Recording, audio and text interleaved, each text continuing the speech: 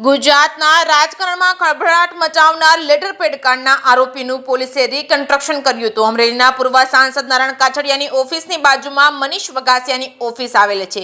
ગઈકાલે અમરેલી એસપીએ લેટરપેડ કાંડના આરોપીને ભેદ ઉકેલ્યો હતો, જેને લઈને આજે સવારે અમરેલી પોલીસે આ 4 આરોપીનું રિકન્સ્ટ્રક્શન કર્યું હતું।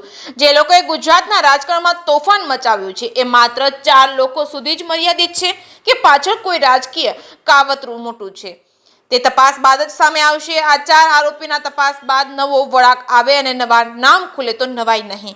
ગુજરાત વિધાનસભાના નાયબ મુખ્ય દંડક કૌશિક વેકરિયાની પ્રતિષ્ઠાને હાનિ પહોંચાડવાની ભારે પડી છે। આ આરોપીઓ ભાજપમાં રહી જ ભાજપના નેતાઓનો વિરોધ કરવો પડ્યો તો ભારે રાજકારણમાં ખળભળાટ મચાવનાર આરોપીની પાછળ ક્યાં મોટા નેતાનો હાથ તે જોવાનું રહ્યું।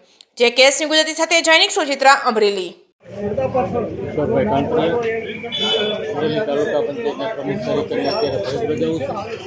મારા લેટરપેડને કોપી કરી મારા સ્ટેટને પણ કોપી કરી અને લોકોએ એનો દુરુપયોગ કર્યો છે અને એમાં પોલીસ ફરિયાદ કરી। પોલીસે અમને ખૂબ મદદ કરી અને આરોપી સુધી પહોંચી અને આરોપીઓને ખુલ્લા પાડવામાં પોલીસે અમને પૂરી મદદ કરી। જે આરોપી છે તમારા સંપર્કમાં ખરા કોઈ જાતના ક્યારે અગાઉ સંપર્કમાં આવેલા?